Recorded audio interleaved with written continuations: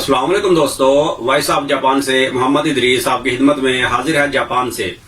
तो दोस्तों आज की वीडियो है जी, एक अपडेट देखी है को 2-4 दिन पहले कि जापान में परमानेंट वीजा वालों के बारे में, कि जो लोग जापान में हैं और परमानेंट वीजा अप्लाई करना चाहते हैं, यानी कि लाइफ टाइम वीजा, जैसे अमेरिका में ग्रीन कार्ड समझ ले, लाइफ टाइम वीजा जो अप्लाई करना चाहते हैं। जापान में तो इसको एजो बोलते हैं, लेकिन मैं चले इंग्लिश में ही आसानी से आपको बता रहा हूं कि हर बंदे को समझ में आ जाए कि लाइफ टाइम वीजा जिसको बोलते हैं अमेरिका में ग्रीन कार्ड जैसा, कि लाइफ टाइम वीजा कब अप्लाई कर सकते हैं और उसके लिए कुछ रिक्वायरमेंट हैं जो कि अब नई अपडेट हुई है, बल्कि 2018 के बाद से ही ये शुरू हुई है। जब से 2018 और 2018 के 5वें महीने से काफी सारी चेंजिंग्स हुई हैं इमिग्रेशन में, कि रेफ्यूजी वीजा वालों के बारे में भी कुछ हुई है।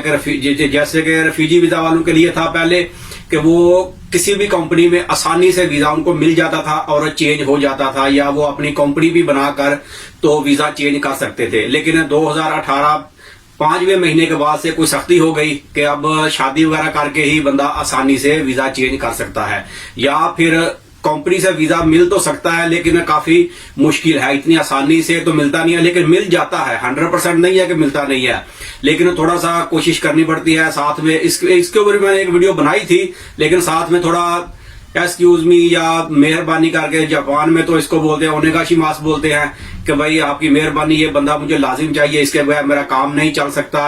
और कोरोना का भी थोड़ा सा बहाना बोल के साथ में कि कोरोना की वजह से मैं दूसरी कंट्री से बंदा मंगवा नहीं सकता, तो ये बंदा मेरे काम का है, तो इसको वीजा मुझे दिया जाए, इसका वीजा।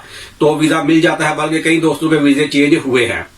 या फिर कंपनी बना के, तो कंपनी बनाने का इसमें थोड़ी सी प्रॉब्लम ये है कि कंपनी बन तो जाती है, लेकिन फिर उसको बोलते हैं जी कंट्री से आउट हो जाओ। तो जब कंट्री से बंदा आउट होता है तो बाद में वीजा निकलना काफी मुश्किल हो जाता है। तकरीबन ऐसे केस मैंने सुने हैं कि भाई वीजा बंदा गया वापस अपनी कंट्री, चाहे किसी भी कंट्री का हो, लेकिन वीजा रेफ्यूजी था और बाद में इमिग्रेशन से वीजा निकला नहीं उसका।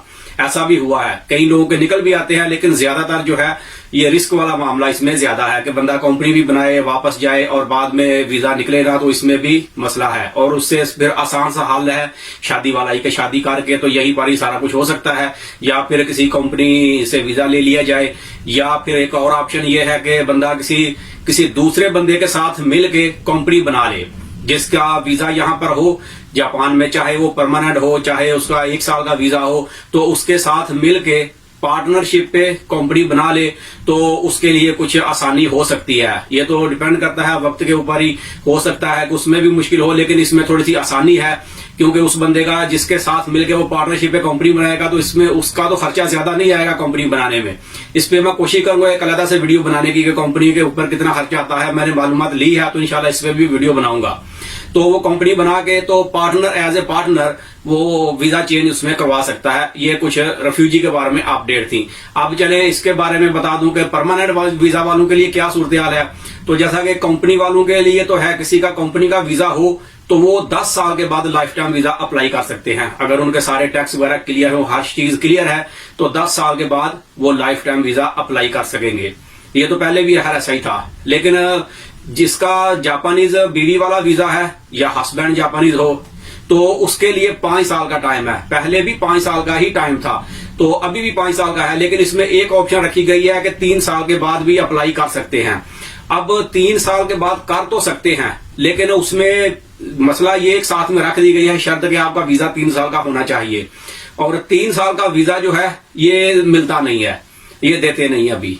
जैसा मैंने 1-2 दोस्त से देखा भी है, पूछा भी है, बल्कि मैं इमिग्रेशन भी फिर गया था मालूमात लेने के लिए, तो उन्होंने भी बताया था जी अगले साल इसको मिल जाएगा या उससे अगले साल मिल जाएगा। यानी कि कुछ समझे कि कोई मुतमईन होने वाला जवाब नहीं था, उनकी मर्जी दें या ना दें 3 साल का। तो 5 साल तक बंदे को 1-1 साल का ही देते हैं तकरीबन। पहले देते थे 3 साल का, लेकिन जब से ये 2018 का 5वें महीने के बाद से सख्ती हो गई है रेफ्यूजी वीजा वालों के लिए ज्यादातर, कि भाई रेफ्यूजी वीजा वाला अगर शादी करेगा तो उसको 1-1 साल का ही वीजा मिलेगा। तो तकरीबन चाहे उसको 4 साल तक 1 साल का मिले या 5 साल में भी 1-1 साल का मिले, जब उसको 3 साल का वीजा मिलेगा तो फिर वो लाइफ टाइम वीजा अप्लाई कर सकता है। और जरूरी नहीं है कि वो 3 साल वेट करेगा तो फिर वीजा अप्लाई करेगा। मिसाल के तौर पे आज उसको 3 साल का वीजा मिला है, तो भले वो 10 दिन 15 दिन या 2-4 महीने के बाद जाकर दोबारा वीजा अप्लाई कर दे, लाइफ टाइम वीजा, तो वो उसको 2 महीने या 4 महीने या 6 महीने के अंदर अंदर भी उसको मिल सकता है, कोई मसला नहीं है। बल्कि इस वक्त कोरोना की सूरत हाल में मैं एक पोस्ट देखी थी, एक वकील ने अपलोड की थी कि ये टाइम जो है इस वक्त अगर किसी ने अप्लाई करना हो तो लाइफ टाइम वीजा जो है वो अप्लाई करे, अभी बहुत जल्दी से मिल रहा है, 1 महीने के अंदर अंदर ही, बल्कि 2-3 हफ्ते तक भी वो वीजा जो है वो इश्यू हो रहा है। क्योंकि इस वक्त जो सूरत हाल है आज की डेट में, जो मैं वीडियो बना रहा हूं कि इस वक्त इमरजेंसी लगी हुई है और नए वीजे वाले लोग आ नहीं रहे, यानी कि टूरिस्ट वीजे भी बंद है और कंपनी में भी नए वीजे बंदे एंट्री जो है बैन है फिलहाल। लेकिन टूरिस्ट पे ही बात कर लेते हैं कि टूरिस्ट वीजा बंद है तो ज्यादातर लोग टूरिस्ट वीजे पे आते हैं तो आकर रेफ्यूजी डाल देते हैं, नामी वीजा जापान में बोलते हैं, तो उसकी वजह से भी फिर इमिग्रेशन में, सब इमिग्रेशनों में रश होता है कि भाई उसके ऊपर भी काम हो रहा है, रेफ्यूजी वालों पे भी नई नई एप्लीकेशनें आ रही हैं। तो इस वक्त क्योंकि रेफ्यूजी वाले तो रश है ही नहीं है, कोई बंदा ही नहीं होगा वहां पर, क्योंकि नए वीजे वाले आ नहीं रहे तो रेफ्यूजी कौन अप्लाई करेगा, तो इसकी वजह से भी काफी यानी कि रश कम है। और जो बंदा नया वीजे वाला जो यहाँ पर है, लोग जो केस करते हैं, अप्लाई करते हैं, चाहे वो कंपनी का वीजा हो या लाइफ टाइम वीजा हो, तो उसके ऊपर फौरन ही काम हो रहा है। अब इसमें कई लोग बोल रहे हैं जी कंपनी के वीजे निकल नहीं रहे, तो भाई कंपनी के वीजे निकल रहे हैं, वो बिल्कुल भी बंद नहीं हुए। अगर कंपनी के सारे टैक्स वगैरह हर चीज क्लियर है तो वो वीजा आराम से निकल सकता है, कोई उसमें मसला नहीं है। 1-1 महीने, बल्कि मैं तो चेक करता था न्यूज, क्योंकि मैंने वीडियो बनानी होती है, तो पहले तो खैर मैं भी इतना ख्याल नहीं रखता था, तो अब मैं थोड़ा नजर रखता हूँ न्यूज पे भी, यानी कि 1 घंटा आधा घंटा मैं न्यूज वगैरह न्यूज़पेपर पूरे चेक करता रहता हूं, जिसमें भी कोई इस किस्म की न्यूज मिले, चले वीडियो बनानी है तो अच्छी वीडियो बनाए, ऐसा झूठ बोल के वीडियो बनाने का तो फायदा नहीं है। तो उसमें मैंने काफी देखा है कि 15-15 दिन के बाद भी, 1 महीने बाद भी और 1.5 महीने बाद भी लोगों के वीजे निकले हैं कंपनी के। ऐसा नहीं है कि वीजे निकलने बंद हो गए हैं, हाँ नया बंदा आना बंद है, वो भी 7 मार्च तक है। 7 मार्च के बाद इंशाल्लाह फिर कोई न्यू अपडेट आएगी, लेकिन वीजा इशू हो सकता है। और जो वीजा इशू होगा, पहले वो 3 महीने का टाइम होता था, 90 दिन का, पासपोर्ट के ऊपर वीजा लगवाने के लिए। यहाँ पर एलिजिबिलिटी बोलते हैं, लेकिन मैं वो अल्फाज बोल रहा हूँ कि जो हर बंदा आसानी से समझ सके कि वीजा ही होता है, यहां से निकलेगा। पहले उसका 90 दिन का टाइम था, 3 महीने का, लेकिन अब ये कोरोना की वजह से उसका भी टाइम जो है वो 6 महीने का टाइम कर दिया गया है। अगर 6 महीने भी एक्सपायर हो जाएं तो दोबारा से इमिग्रेशन से जाके आसानी से वो वीजा दोबारा रिन्यू हो जाएगा, दोबारा से प्रिंट आउट निकल आएगा, कोई इसमें मसला नहीं होगा। अच्छा, ये इसमें हो गई। अब क्योंकि बात शुरू की थी ये परमानेंट वीजा वालों के लिए, तो बात दूसरी तरफ चली गई। तो परमानेंट वीजा वालों के लिए ये अपडेट आई है न्यू कि उनकी जो ये नैनकिन बोलते हैं जापान में, पेंशन बोलते हैं इंग्लिश में, समझे, ये जो है ये 2 साल की लाजिम उनकी पे होनी चाहिए, उन्होंने दी हो 2 साल तक, तो फिर वो परमानेंट वीजा अप्लाई कर सकते हैं। अगर ये उन्होंने जमा नहीं करवाई तो परमानेंट वीजा अप्लाई नहीं होगा, या अप्लाई हो जाएगा तो उसको डिले करेंगे या उसको देंगे नहीं, या फिर जो ऑफिसर है उसकी मर्जी के ऊपर है, जिसके सामने केस जाएगा, फाइल जाएगा। कि ये जापानीज लोग जो हैं ये बिल्कुल रूल को फॉलो करते हैं, ज्यादातर लोग रूल को फॉलो ही करते हैं, और जो बूढ़ा हो जाए वो तो ज्यादा समझे उसको फॉलो करता है। तो अगर आपने किसी ने बंदे ने वो टैक्स वगैरह भी क्लियर नहीं किए और ये जो पेंशन है ये भी क्लियर नहीं की हुई, तो उसको वीजा वो नहीं देंगे, लटका देंगे, 1 साल का ही फिर से इशू कर देंगे या 2 साल का। और हो सकता है साथ में बता भी दें या ना भी बताएं कि इस रीजन की वजह से आपको वीजा नहीं दे रहे। या फिर अगर कोई बंदा थोड़ा सा नरम होगा, नरम मजाज, तो वो ये भी बोल सकता है जी आपने ये नैनकिन जो है, ये पेंशन जो है ये 2 साल की पे नहीं की, तो ये पे करो तो वीजा दे देते हैं। तो ये भी हो सकता है कि बंदा एक साथ में ही पूरे पैसे जमा करवा दे तो उसको वीजा इश्यू हो जाए। अब सोचे 1 साल में एक साथ में जमा करवाने की ये कितनी अमाउंट बन जाएगी, कम से कम भी तकरीबन अब मैं तो अपनी बात करूंगा, मेरी जो है वो 23,000 कटती है हर महीने, 23,000 येन। ये जो है ये नैनकिन पेंशन जो है ये इतनी कटती है। बाकी कुछ लोगों की 17,000 कटती है, 16,000, 18,000 कटती है। अब पता नहीं मेरी क्यों इतनी ज्यादा कटती है। और साथ में इंश्योरेंस भी है, अपनी हेल्थ इंश्योरेंस मिला के तो मेरे तो तकरीबन 40 से 45,000 हर महीने कटते हैं। सैलरी टैक्स वगैरह मिला के 45-47,000 हर महीने ये कट जाते हैं सैलरी से, और बाकी सैलरी मिलती है। तो खैर इसमें ये टैक्स वगैरह और हर चीज क्लियर होगी तो फिर ही वीजा अप्लाई होगा, तो वीजा मिल जाएगा। अब आप सोचिए अगर किसी की 18,000 या 20,000 ही लेके चले के पेंशन होगी हर महीने की, या 15,000 भी है, तो 2 साल की वो पेमेंट जो है वो करनी होगी।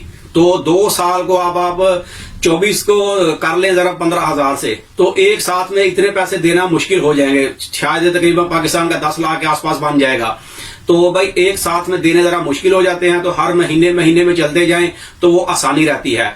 और फिर वही बात आ गई कि उस बंदे के ऊपर डिपेंड है, अगर वो ज्यादा रूल को फॉलो करता है तो वो तो इस चीज को बिल्कुल भी नहीं लेगा पैसे एक साथ में। वो बोलेंगे भाई तुम हमारे रूल को फॉलो ही नहीं करते, जापान के कानून की रिस्पेक्ट ही नहीं करते कि ये हमारा कानून है कि ये हर बंदे को होनी चाहिए, तो तुमको लाइफ टाइम वीजा देंगे तो क्या फायदा होगा। यानी कि तुम रूल को फॉलो ही नहीं करते तो तुमको लाइफ टाइम वीजा देने का क्या फायदा, तुम बाद में टैक्स भी पे नहीं करोगे पूरे, क्योंकि रीन्यू जो होगा ये लाइफ टाइम वीजा होगा तो लाइफ टाइम, लेकिन 5 साल के बाद ये रीन्यू तो होगा, उसमें पिक्चर वगैरह नहीं लगेगी, एक्सपायरी डेट तो नहीं होती लेकिन रीन्यू की डेट होती है 5 साल के बाद। तो तुम 5 साल तक फिर टैक्स भी नहीं भरोगे किसी चीज का, यानी कि वो बंदा मुतमईन नहीं होगा तो केस वापस हो जाएगा। तो इसके लिए बेहतर यही है कि ये अपने जो टैक्स वगैरह हैं और ये इंश्योरेंस जो है खास करके पेंशन, ये लाजम इसकी अदायगी करें तो भी आसानी होगी। अब इसके साथ एक और चीज है, किसी की फैमिली हो साथ में, चाहे वो जापानीज हो चाहे पाकिस्तानी हो चाहे जो भी हो फैमिली, तो फैमिली भाई उसके साथ जो है ये फ्री है। यानी कि अगर बड़े बंदा रेफ्यूजी वीजा भी हो और फैमिली साथ में हो या कोई भी वीजा हो, यानी कि अब मैं ये परमानेंट से हट के आपको बताने लगा हूं एक चीज कि परमानेंट के लिए तो ये चीज हो गई, लेकिन अब कोई परमानेंट भी हो अगर और वो ये नैनकिन वगैरह करता है या कंपनी में भी हो, कुछ भी हो सूरत हाल उसकी, तो ये शकाई हुक्म जापान में बोलते हैं जो फैक्ट्री में काम करते हैं, तो उसमें भाई उसकी फैमिली और बच्चे ये फ्री में होंगे, उसका कोई एक्स्ट्रा पैसा नहीं देना होगा। मिसाल के तौर पे अब मैं अपनी मिसाल से बता देता हूं तो आसानी से समझ आएगी। अभी मैं 45,000 अकेले की मेरी जा रही है, और अगर मेरी बीवी हो, बच्चे हो, 2 हो 4 हो, जो भी हो सिलसिला, यानी कि तो फैमिली का जो है वो फ्री में होगी। मेरा एक पैसा भी ज्यादा नहीं जाना, अकेले के भी उतने ही पैसे जाने हैं, फैमिली के साथ भी उतने ही पैसे जाने हैं। यानी कि फैमिली का बेनिफिट मिल जाता है बंदे को कि अगर फैमिली साथ है तो उतने पैसों में फैमिली जो है वो फ्री हो जाएगी। बीवी की जो है वो तो पेंशन भी आपके साथ फ्री चली जाएगी, और बच्चों का इंश्योरेंस कार्ड होगा, क्योंकि छोटे बच्चों की तो पेंशन है नहीं है, ये वो तो 18 साल के बाद शुरू होती है, तो उनके भी इंश्योरेंस कार्ड, हेल्थ इंश्योरेंस जो है वो बन जाएगी, फ्री में बन जाएगी। बच्चों में अगर मेडिसिन वगैरह लेनी हो तो बच्चों का तो एक पैसा भी नहीं लगेगा, वो फ्री में मेडिसिन मिलेगी, चाहे जितनी भी महंगी हो, वो कोई पैसा नहीं देना छोटे बच्चों का। और आपने लेनी है दवाई या फैमिली लेनी हो तो वो थोड़े पैसे देने होते हैं, उतना ज्यादा नहीं है उतने, यानी कि 10,000 का भी बिल बनेगा तो 2,000 या 2,500 ऐसे कोई देना, शायद 30% है या 25% देना होता है। तो ये इसमें फायदा है। तो इसलिए अगर किसी का इरादा हो कभी भी अप्लाई करने का, हो सकता है जो लोग बाहर से देख रहे हो तो वो सोचेंगे या इसका कोई फायदा नहीं है, लेकिन भाई अगर किसी का प्रोग्राम हो तो ये सूरत हाल है, ये लाजम है कानून कि ये चीजें क्लियर होंगी तो ही लाइफ टाइम वीजा अप्लाई करेंगे तो मिल सकता है, वरना 1 साल का 2 साल का यही सिलसिला चलता रहेगा। तो इसलिए कोशिश करें कि ये हर किस्म के जो टैक्स वगैरह हैं ये सारे क्लियर हो। हालांकि बंदे के टैक्स क्लियर हो तो उसका स्पॉन्सर यहां से कोई बंदा भेजे, इन्विटेशन वगैरह भेजे तो उसकी वैल्यू है। फिर भी अगर वो उसके टैक्स वगैरह क्लियर नहीं है तो उसके किसी पेपर की कोई वैल्यू नहीं है, क्योंकि यहां से 2 नंबर पेपर तो इश्यू होंगे नहीं, सारे पेपर गवर्नमेंट से ही निकलेंगे। तो ये सूरत हाल है इसमें।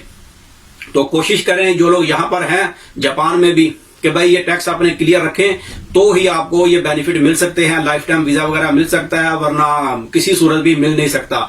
ये मैं नहीं कह रहा भाई, ये जापान का कानून ही बताता है। किसी ने ट्राई करना हो तो किसी दूसरे के ऊपर ट्राई मत कीजिएगा, अपने ऊपर ट्राई करें तो आपको इंशाल्लाह दिन में तारे नजर आ जाएंगे कि क्या सूरत हाल बनती है।